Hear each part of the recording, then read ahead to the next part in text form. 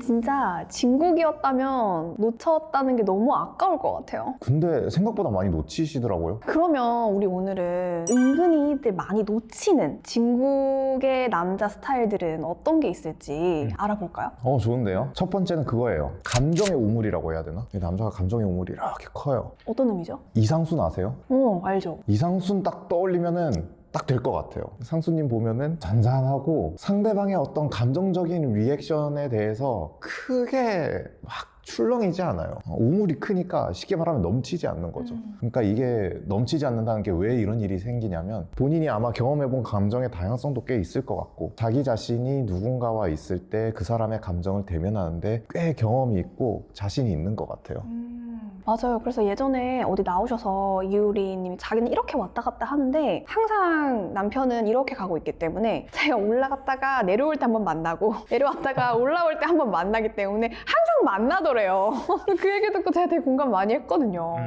근데 저는 이 얘기를 조금 오해를 하지 않았으면 하는 게 말이 없고 정서 표현이 없고 이런 남자를 얘기를 하는 게 아니라 사실 그런 분들은 감정을 회피하고 있을 가능성이 더 많아요. 맞아요. 그 환승연애 혹시 보신 분들은 시즌2에 규민 씨 나오잖아요. 그분 떠올리면 돼요. 맞아요. 규민 씨도 나쁜 건 아니고 회피적인 삶도 뭐 나쁘지는 않다고는 생각하는데 근데 오늘 얘기하는 이 진국과는 맥락이 많이 멀어요. 그러니까 뭐냐면은 겉으로 관찰할 때는 대충 보면 비슷해 보여요. 그 전 여자친구분 혜연님이었나? 그분이 막 계속 울고 있을 때 막 이렇게 휴지로 눈물 닦아주면서 계속 이러잖아요. 같은 표정으로 같은 눈빛으로 왜 울어? 난 괜찮아. 울지 마. 그냥 이러고 떠나잖아요, 그 자리를. 그거는 제가 관찰했을 때는 자기 감정 되게 불편해하는 것 같은데? 대충 넘기네? 감정이 격할만 하면 충분히 많이 표현해도 되는 상황이면 해도 되는 건데 너무 안 하네? 이건 회피다. 아니나 다를까 제주도 가서 무너져 내리시잖아요. 그러니까 감정을 수용한다는 그런 것 같아요. 내 감정에 대해서 너무 불편해하지 않고 충분히 수용하고 그게 다른 감정으로 번지는 빈도수가 낮다, 현저히 낮다 이렇게 표현하면 될 것 같아요. 또 다른 특징이 있을까요? 이거는 같은 남자가 봤을 때 확실하게 얘기할 수 있는 건데 책임감 있는 남자예요. 아, 그렇죠. 내 삶에 대해서 얼마나 진지하고 책임감을 가지고 있느냐, 내 삶을 얼마나 소중하게 여기느냐 이런 건 것 같아요. 좀 삶에 대해서 뭐 어쩌라고 될 대로 되라 이런 거는 처음에는 좀 멋있어 보일 수 있는데 좀 많이 아닌 것 같고 오히려 책임감을 가지면은 어디서 티가 나냐? 자기 관리, 눈썹 정리, 수염 정리, 옷 입는 것 좀 신경 쓰고 운동하고. 맞아, 운동하고 또 책 보거나 아니면 뭐 배우러 다니거나 이런 것도 해당하는 것 같아요. 자신의 어떤 성장을 위해서 노력을 하는 부분들. 성장을 위해서 노력하는 거. 근데 여자분들 입장에서는 이렇게 양기보다는 약간 범생이 티 나는 이런 남자들을 만날 때 꽤 재미없어 하거나 매력을 못 느끼시는 경우가 있더라고요. 종종 있죠. 그래서 딱 생각이 나네요. 연예인 중에는 유재석. 아, 그렇죠. 자기 관리, 와, 유재석 자기 관리 진짜. 끝판왕이죠. 저 런닝맨 10년 넘게 보고 있거든요. 옛날에 뛰던 것보다 잘 뛰어요, 보면. 그리고 또 하하 씨가 나와가지고 얘기하는 장면이 있는데 한 번은 무한도전 촬영 때 하하가 1시간을 늦었는데 유재석 씨가 와가지고 야, 너 제정신이야? 이러고 이제 쓴소리를 했다는 거예요. 그러니까 저는 거기서 느낀 게 뭐냐면 누가 자기 친한 동생이랑 같이 일터에서 쓴소리 하고 싶겠어요. 근데 자기 업무랑 이거에 대해서 꽤 진지한 태도를 가지고 있으니까 자기가 조금 악역이 되더라도 해야 할 건 하는 거예요. 저는 그런 게 책임감이라 생각하거든요. 그런 모습을 보이는 남자? 이런 게 진국이다.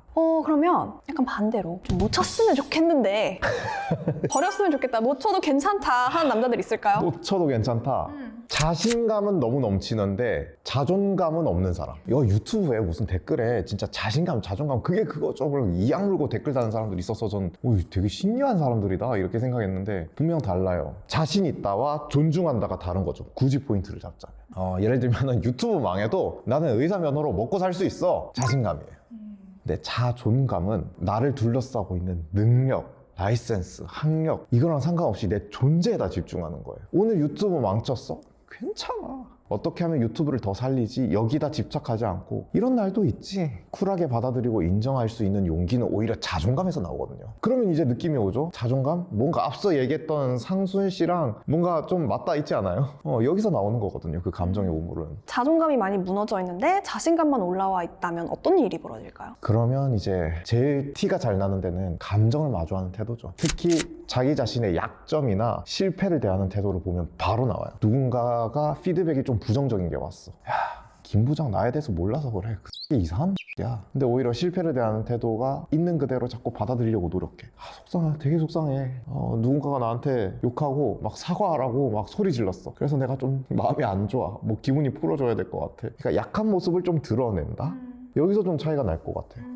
저희 상담 오시는 분들 중에 정말 나쁜 남자 혹은 위험한 남자에게 많이 대어보셔서 더 이상 사실 사랑을 찾기도 되게 힘들어 하시고 좀 깊은 관계로 넘어가는 것도 되게 힘들어 하시는 경우가 많더라고요. 그럼 제가 뭔가 쓰레기 구별법을 좀 알려줘야겠네요. 근데요, 쓰레기는 세상에 너무 많아요, 지금. 그래서 그것보다는 차라리 좋은 남자 구별법. 아, 좋은 남자. 좋은 남자 어떻게 내가 구별할 수 있을까? 네, 이렇게 볼 수 있을 것 같아요. 좋은 남자를 구별하는데 태도를 봐야 되거든요. 태도가 세 가지 정도가 있는데 첫 번째는 나를 대하는 태도가 있어요. 남자친구가 나를 대하는 태도. 관계 초반에 방금 말씀하신 거 있잖아요. 왕복 4시간을 왔다 갔다 하고 선물을 막 쏟아붓고 막 평생 이렇게 잘해줄 것처럼 해주는 거 있잖아요. 이게 이 여자를 막 그 정도로 사랑하냐 그런 얘기가 아니라 심리학에서 쓰는 굉장히 대중적인 용어인데 love bombing이라고 있어요. 사랑을 폭탄처럼 쏟아붓는다는 건데 되게 무서운 말인데 이게 나르시시즘에 나오는 얘기예요. love bombing. 폭탄을 쏟아부어서 너가 내 관계에 종속되게 만들기 위해서 노력하는데 스스럼이 없는 사람이에요. 그래서 정상인과 차이는 뭐냐면 제가 아무리 어떤 여자를 꼬시고 싶어서 6개월을 들인다고 해도 왕복 4시간을 못해요.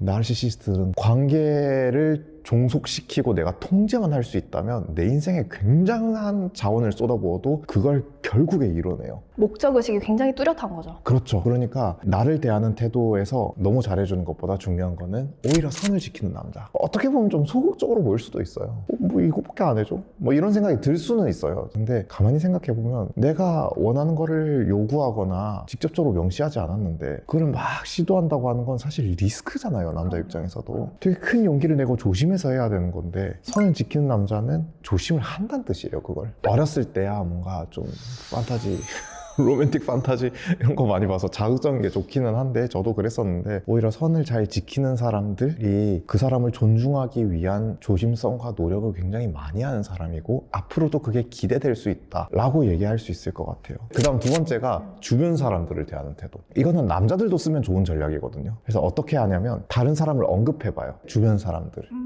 예를 들면 엄마, 예를 들면 술 마시고 자주 노는 친구들, 이런 얘기들을 꺼내봤을 때 얘가 어떻게 반응하나. 그거를 혹시 해보신 적 있어요? 희진님은? 많이 해보는 것 같아요. 그렇게 했을 때 어떤 리액션이 나타났던 남자들이 좀 괜찮았던 것 같아요? 본인들의 어떤 친구나 가족에 대해서 의외로 평가를 하지 않는 남자들. 너 친구 누구누구 뭐 어떤 사람이야? 라고 물어봤을 때 걔는 진짜 잘 사는 집 아들이고 걔는 진짜 뭐 하는 것마다 잘 되고 진짜 대단한 애야. 두 번째로는 걔 별거 없어. 걔 진짜 욕을 못하겠구나. 진짜 그게야. 그래서 이렇게 하는 반응들이 있겠죠? 근데 이게 사실은 이 둘 다 좀 이상해요. 둘 다 상대에 대한 굉장히 단편적인 평가를 하는 거거든요. 이 두 케이스 다 세상 사람들을 우열을 나누는 행위인 거거든요. 근데 이 우열을 나누다 보면 내 자신을 어딘가에는 집어넣어야 돼요. 여기서 굉장히 타인의 시선에 민감할 수도 있고 인정 욕구가 좀 과하게 지나칠 수도 있고 다시 이런 것들 다 뭐 리프레이징해서 말하자면 자존감이 낮은 남자. 그래서 조금 그렇게 좋은 남자라고는 보기 힘든 케이스.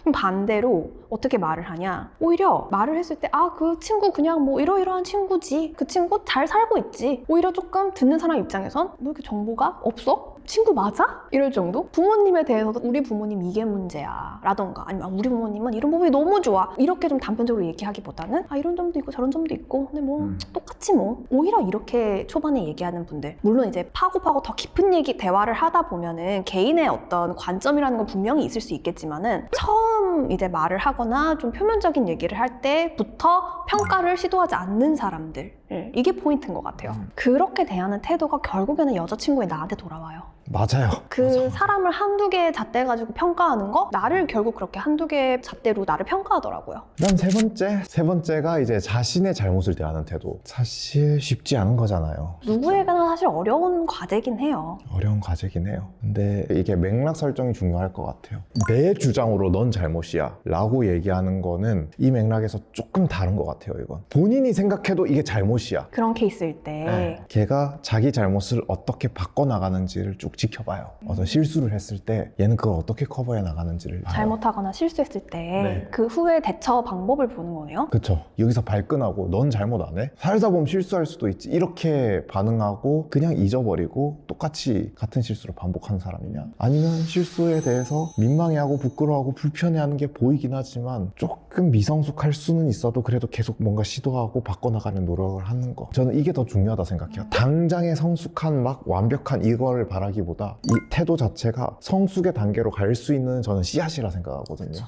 이게 되게 중요할 것 같아요.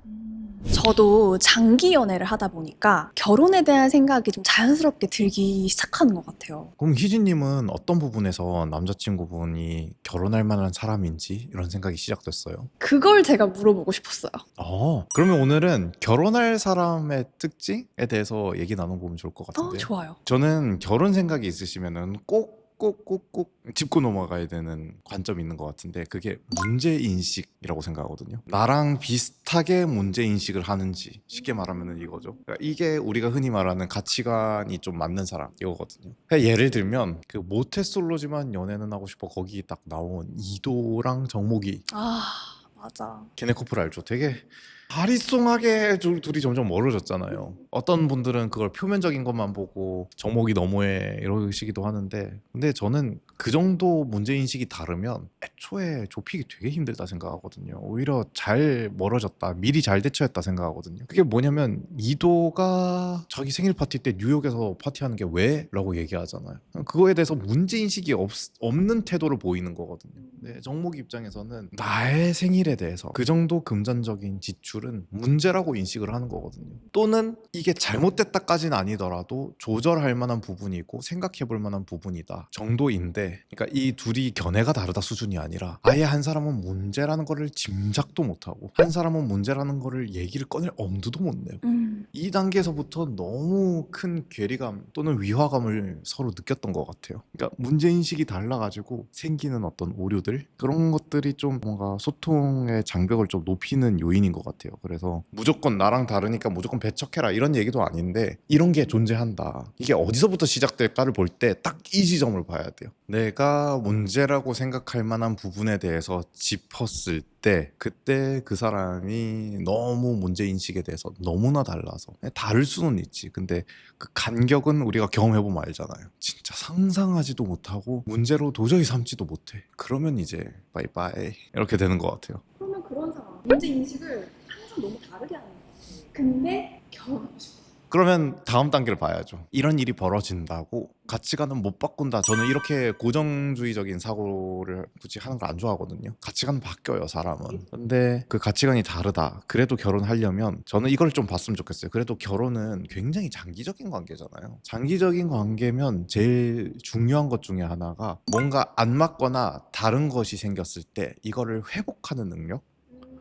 대처하는 능력? 아까는 문제인식 그 자체였다면 문제인식이 등장했어. 너는 문제라고 생각하고 나는 전혀 문제라고 생각 안 해.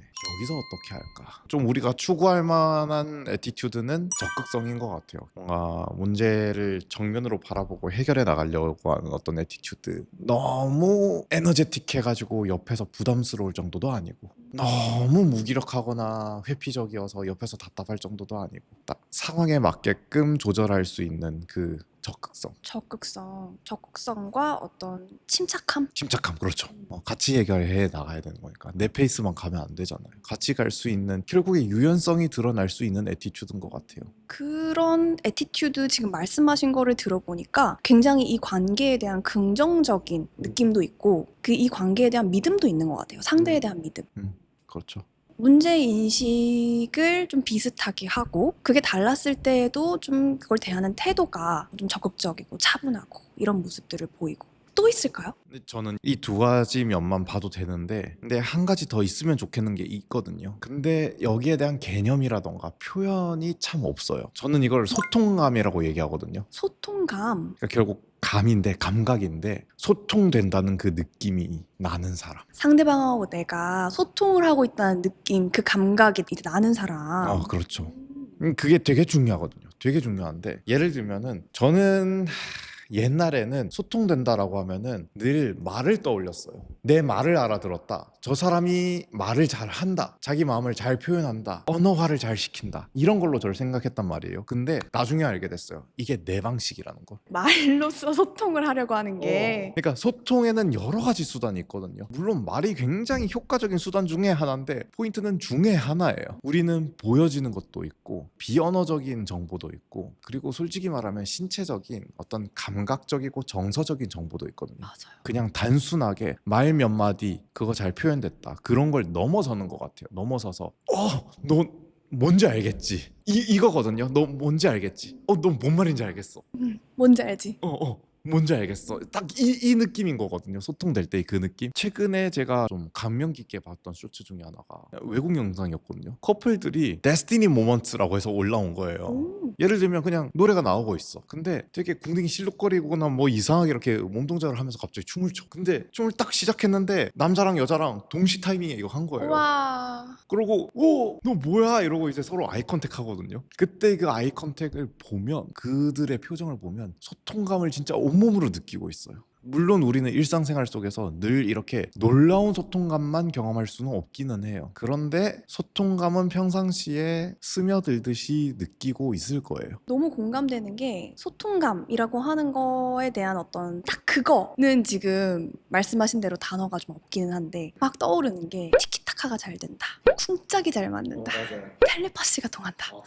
이런 게 좀 공명하는 그런 소통감의 현장에서 우리가 많이 느끼는 것들인 것 같아요. 그런 거 말씀하시는 거죠? 맞아요. 소통감을 얘기를 하게 되니까 앞에 얘기했던 문제 인식을 어떻게 하느냐 그리고 문제 인식을 대하는 태도가 어떠냐 이 모든 것들이 소통감으로 가기 위한 어떤 징검다리거든요. 소통감에 도달한다고 표현을 하셨는데 그럼 이 소통감이라는 게 이미 있었던 건 아닌가 봐요. 만들어 나갈 수 있는 건가 봐요. 그렇죠. 만들어 나가는 거죠. 우리는 아주 어렸을 때 오히려 미성숙한 사랑을 할 때 이런 판타지를 가져요. 내 마음 다 알아주겠지. 그래서 소통감에 대한 판타지를 오히려 가져요. 근데 커가면서 알잖아요. 그런 건 세상에 존재하지 않고 소통감을 만들어 나가는 단계는 너가 와가 아니라 우리 만들 수 있었던 것 같아요. 근데 잘 안 만들어진다 하더라도 오히려 너무 마음이 조급해지거나 체근하게 되면은 상대에겐 폭력이 되고 더 소통감으로부터 멀어지는 것 같거든요. 그러니까 소통감이 이루어져야 돼. 이것도 문제인식이거든요, 사실. 그렇죠. 소통감이 없으니까 우린 잘못된 관계야.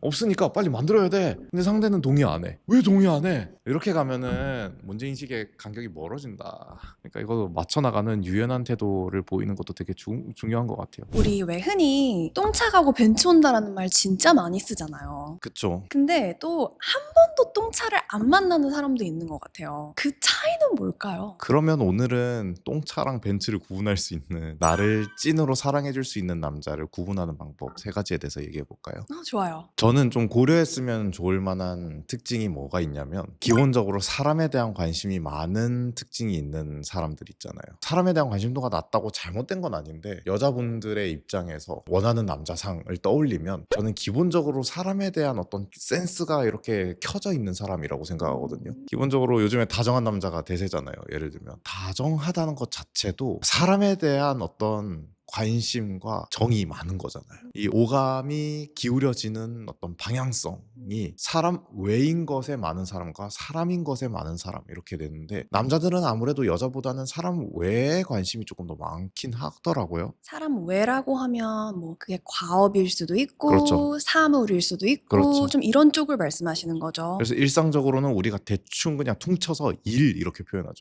일. 남자들은 일, 차에 관심 많고 여자들은 사람에 관심 많고. 업무적 능력이랑 상관없이 좀 보이는 것 같아요. 여자분들이 그럼요. 일 잘하고 못하고를 떠나서 확실히 관계에 대해서 관심을 훨씬 많이 가지시는 모습이 보여요. 맞아요. 확실히 그래요. 그러니까 우리 이렇게 바라볼 수 있는 거죠. 무의식적으로 나는 이 정도 하는데 너 이 정도 안 해. 그러니까 상대를 나랑 동일시하는 경우들이 꽤 있거든요. 근데 여자 입장에서 남자를 바라봤을 때 너 내 마음 왜 이렇게 몰라줘 할 때를 보면 너 왜 이렇게 사람 감정이나 이런 거에 대해서 그렇게 센스가 없어.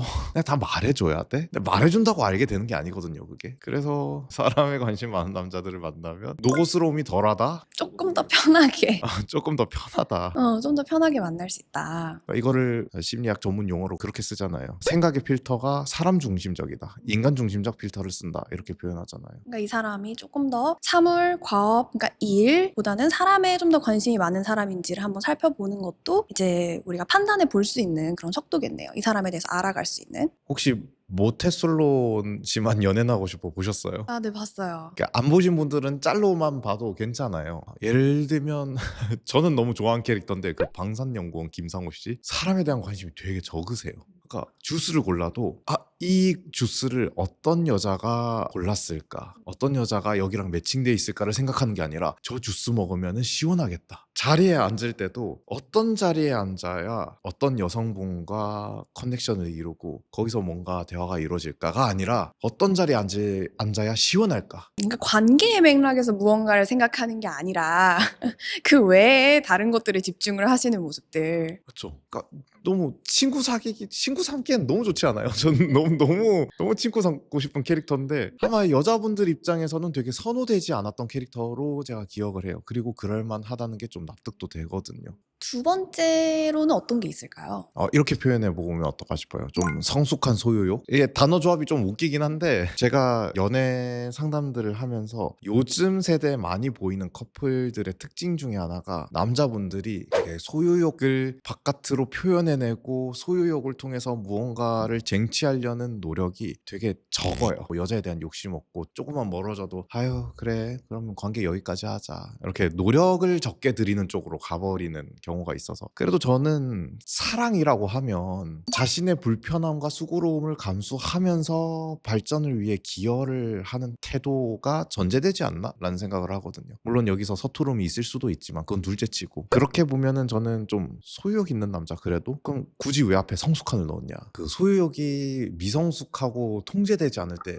여자 입장에서는 진짜 정말 부담스럽고 난감하고 때로는 위협감도 느껴지고 하는 거잖아요. 소유라고 하면은 여자분들 약간 좀 움찔하실 수도 있는데 소유라는 게 성숙한 소유와 미성숙한 소유의 차이는 불안함을 어떻게 다루느냐에서 나오는 것 같아요. 이 여자분을 소유한다, 이 여자분과 애착관계를 맺는다 라고 했을 때 이 여자를 잃을까봐 내가 불안해하고 통제하려고 하는 소유 말고 오히려 이 사람을 좀 더 위하고 이 사람을 좀 더 아껴주고 어떻게 하면 이 사람과 함께 내가 나아갈 수 있을까 고민하는 그런 느낌의 소유라고 생각해 주시면 좋을 것 같아요. 저는 딱 생각나는 게 남자분들이 왜 슈퍼카 같은 거 구입하시면 그걸 어떻게 대하는지 한번 보면 너무 아껴주거든요. 이거를 그렇게 예뻐할 수가 없어. 조금만 어디가 기스가 나도 들여다보고 어떻게 해야 될지 공부하고. 저는 그게 떠올랐어요. 저는 오케스트라 동아리를 하면서 첼로 하는 걸 정말 좋아했거든요. 제가 아끼는 악기 관리를 정말 빡세게 했었어요. 거의 저는 무슨 여자친구 하나 더 두는 것처럼 그러니까 그러니까 계속 들여다보고 금 갔는지 보고 소리 들어보면서 이상한지 보고 그러니까 오감을 이용해서 계속 여기다 관심을 두는 거잖아요. 그게 진짜 내 나름의 소중히 다루는 소중한 소유욕을 부리는 모습이 아닐까 싶어요. 맞아요. 그런 면에서 세 번째 방금 얘기했던 이 오감을 쏟아붓는 거 있잖아요. 이게 여자분들 입장에서는 이 남자를 어떻게 표현할 수 있냐면 리스폰시브한 남자.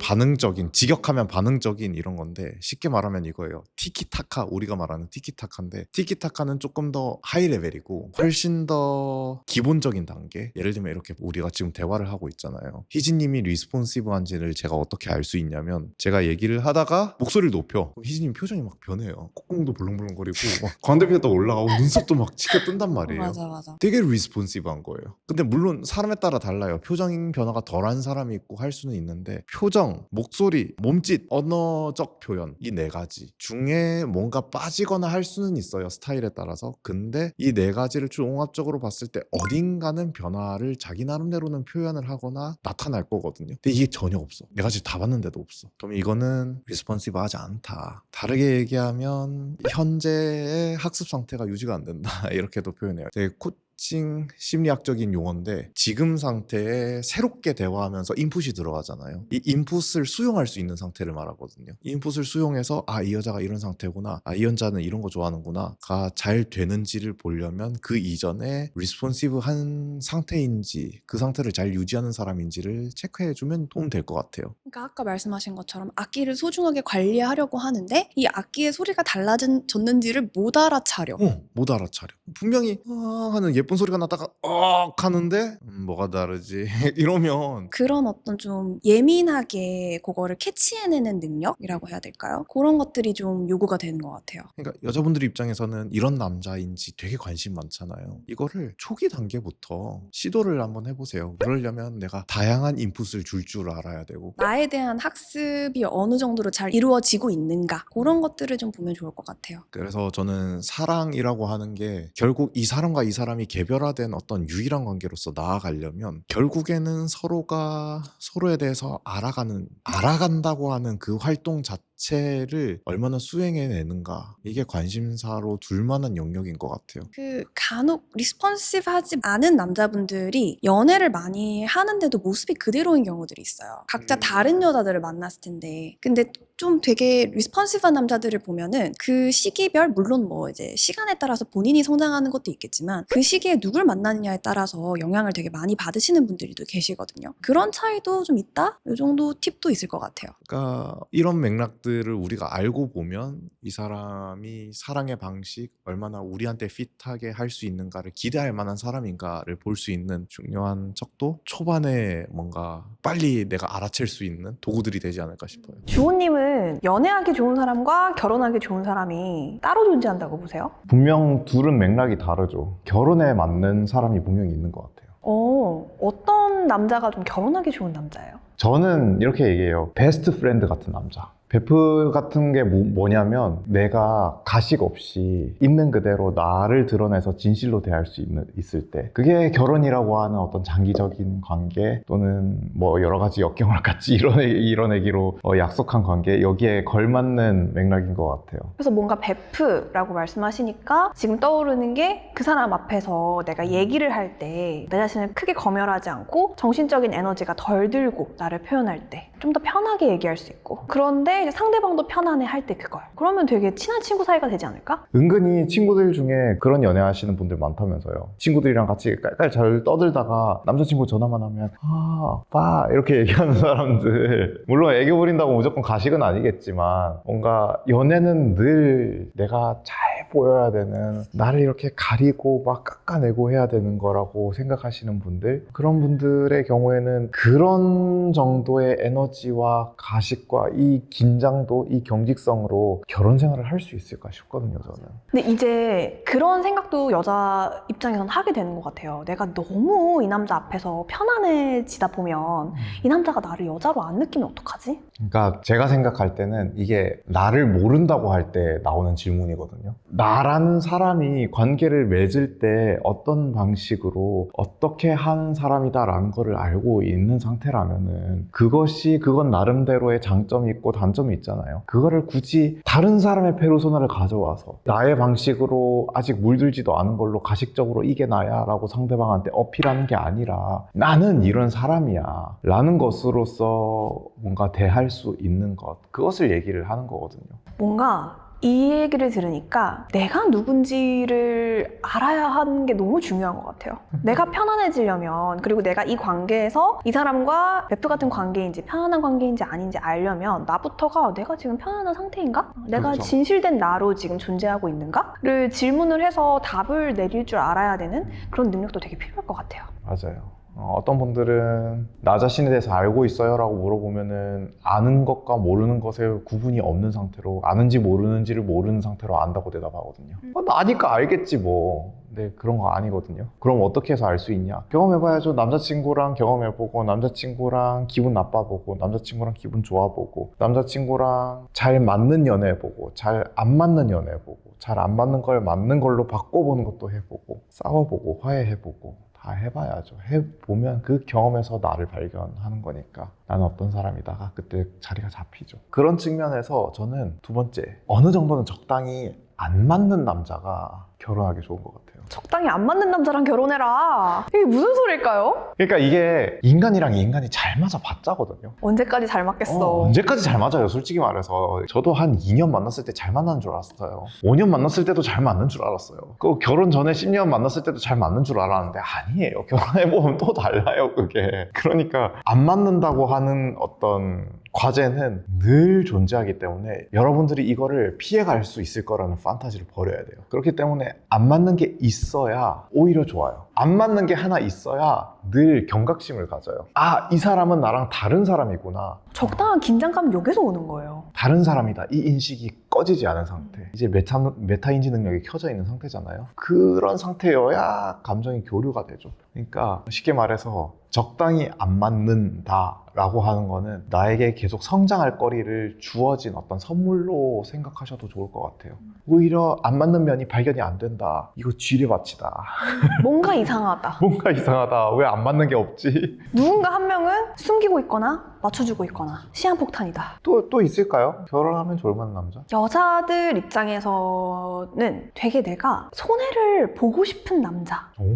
내가 이전에 만났던 남자들이랑 다르게 이 남자라면 내가 뭔가 손해를 봐도 괜찮을 것 같아 라는 마음이 딱 들 때 저는 그때가 결혼을 해야 되는 타이밍이라고 생각을 해요. 이게 옛날에 모델 장윤주 님이 결혼 막 하셨을 때 그때 어떤 프로그램 나와서 그런 얘기를 하신 적이 있어요. 내가 이 남자랑 결혼하기 전에 내 자신에게 스스로 물어봤던 질문이 3가지가 있는데 첫 번째가 내가 이 남자를 따라서 한국이 아니더라도 그 어느 곳이든 떠날 수 있는가? 두 번째가 이 사람이 사업이 망해서 길거리에 뭐 나 혼자도 그래도 내가 따라갈 수 있는가? 그리고 세 번째가 불의의 사고를 당해서 좀 신체적으로 되게 힘든 상황이 와도 내가 이 사람을 떠나지 않을 수 있을까? 이 3가지 질문을 스스로한테 던지고 그게 다 괜찮을 것 같아 라는 대답이 나왔대요. 그래서 결혼을 하셨다고 하더라고요. 오, 멋있다.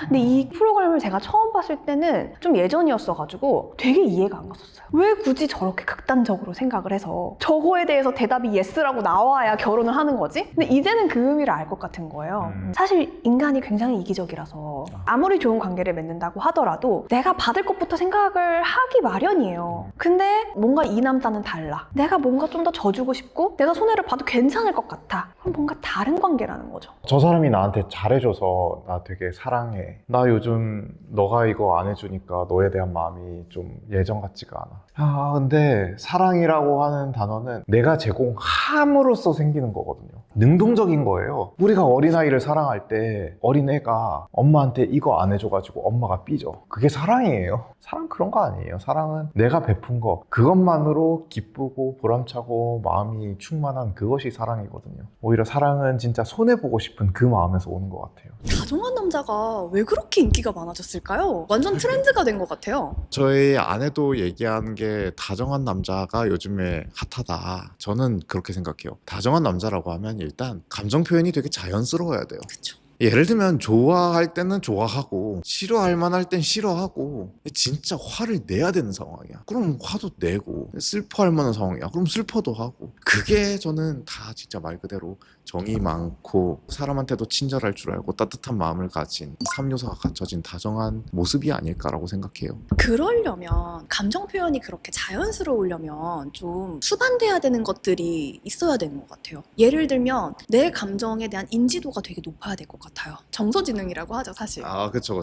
감정 인지력 요즘에는 그런 용어로도 쓰더라고요. 내가 감정을 인지할 수 있는 상태면 이게 어떤 상태인지 내가 파악이 가능한 것 같아요. 사태 파악이 외부 세계뿐만이 아니라 내 상태 파악도 돼요. 그래서 인지가 되고 내 안에서 처리해야 되는 정보도 많고 그래서 정서지능이라고 얘기하는 게 아닐까. 다정함도 지능이다 이런 얘기 되게 많이 하잖아요. 너무 공감되거든요, 진짜. 그런 면에서 저는 이 얘기를 꼭 하고 싶었어요. 연구에서도 이렇게 얘기하더라고요. 오늘날 추구되는 다정한 남성성은 수동적인 착함이 아니라 프로소시얼리티? 우월한 친절함? 맞아요. 우월한 친절함으로 번역을 하더라고요. 그러니까 이게 이렇게 표현하면 되게 직설적인데 다정함도 지능이에요. 그러니까 내가 말 실수 안 하고 가만히 있으면 문제 일으키지 않으면 다정한 거냐? 그러진 않은 것 같아요. 그러면은 그 우월한 친절함 그거는 어떻게 관찰돼요? 여자 입장에서? 생각만 해도 좋아.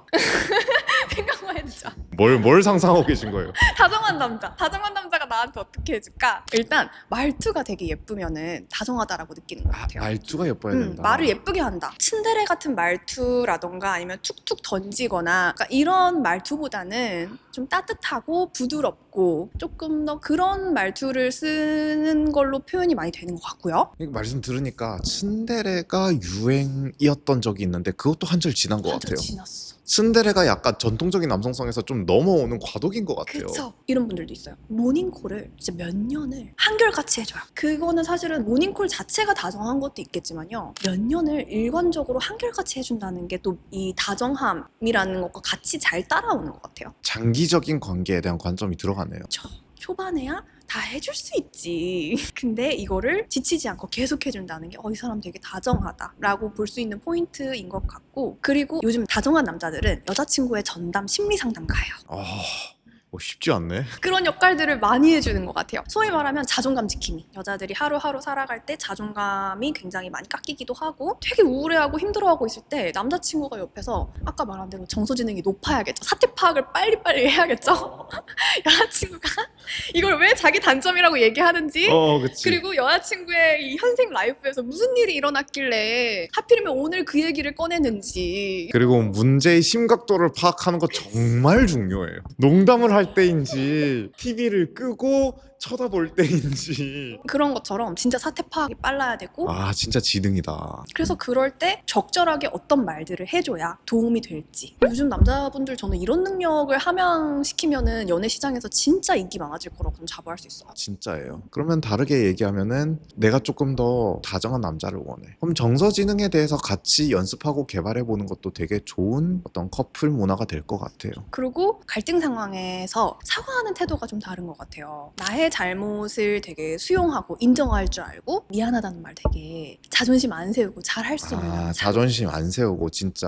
그러니까 상황에 맞는 자연스럽게 느끼는 감정들이 다 드러나는 순간이네요. 그쵸. 그 미안한 감정 상태에 머무를 수 있는 사람. 기존세네요, 쉽게 말하면. 되게 부드러운 기존세. 그럼요. 나약한 사람은 다정할 수 없어요. 그러네. 다정한 남자가 어떤 남자인지 잘 모르겠다 하시는 분들은 동성 우리 여자들 사이에서도 가만 보면 그냥 착한 애들이 있고요. 다정한 친구들이 있어요. 그럼 그게 좀 달라요, 느낌이. 착한 애들은 그냥 착해. 정말 어떤 착한 애들은 자기 것도 하나도 못 챙기고 다 자기 거 다 뜯겨. 근데 그런 다정한 친구들이 있어요, 반면에. 그런 애들은 제가 막 당연히 도움을 청하고 싶고 기대고 싶고 이런 친구들이지만은 자기 거를 어디 함부로 가서 막 뺏긴다던가 뜯긴다던가 이러진 않을 것 같아요. 우월한 친절함. 맞아, 진짜 딱 그 느낌이에요. 느낌이네요. 정말 나에게 베풀 줄 아는 사람. 그 말씀 딱 들으니까 그게 생각나요. 친절한 척 하는 애들 있잖아요. 다정한 척은 자기가 뭔가를 가장 해내고 있는 상태잖아요. 그럼 본 모습은 진짜 편안한 상태. 내가 나를 가장 안 해도 되겠지 이 정도면 하는 편안한 상태에서 툭 튀어나오는 말. 자기보다 진짜 아랫사람, 뭐 후임, 한참 어린 애기들, 서비스업 종사자들. 서비스업 종사자들, 그런 사람들 앞에서 무심코 툭 튀어나오는 것들. 그런 것들을 주의 깊게 보면은 이 사람이 스윗한 척을 하고 있는지 진짜 스윗한 사람인지 좀 가려낼 수 있을 것 같아요. 그리고 그런 척을 하는 사람들을 보면은 결국엔 말은 예쁘긴 하는데 하면서 하는 행동이라던가 하면서 하는 말들의 내용을 들여다보면은 결국엔 자기 좋으려고 자기중심적인 경우가 되게 많아요. 그러니까 자아도취라고 해야 되나? 취해 있어. 나의 스윗함에. 나 이런 나 어때? 나 너한테 이런 거 해줄 수 있어. 맞아. 진짜. 그 약간 쎄함이 느껴진다면 본인의 촉을 조금 믿어보셔도. 이분들을 막 비난할 수는 없겠지만 장기적인 관계에 그렇게 뭔가 핏하지 않은 남자분들이 있는 것 같아요.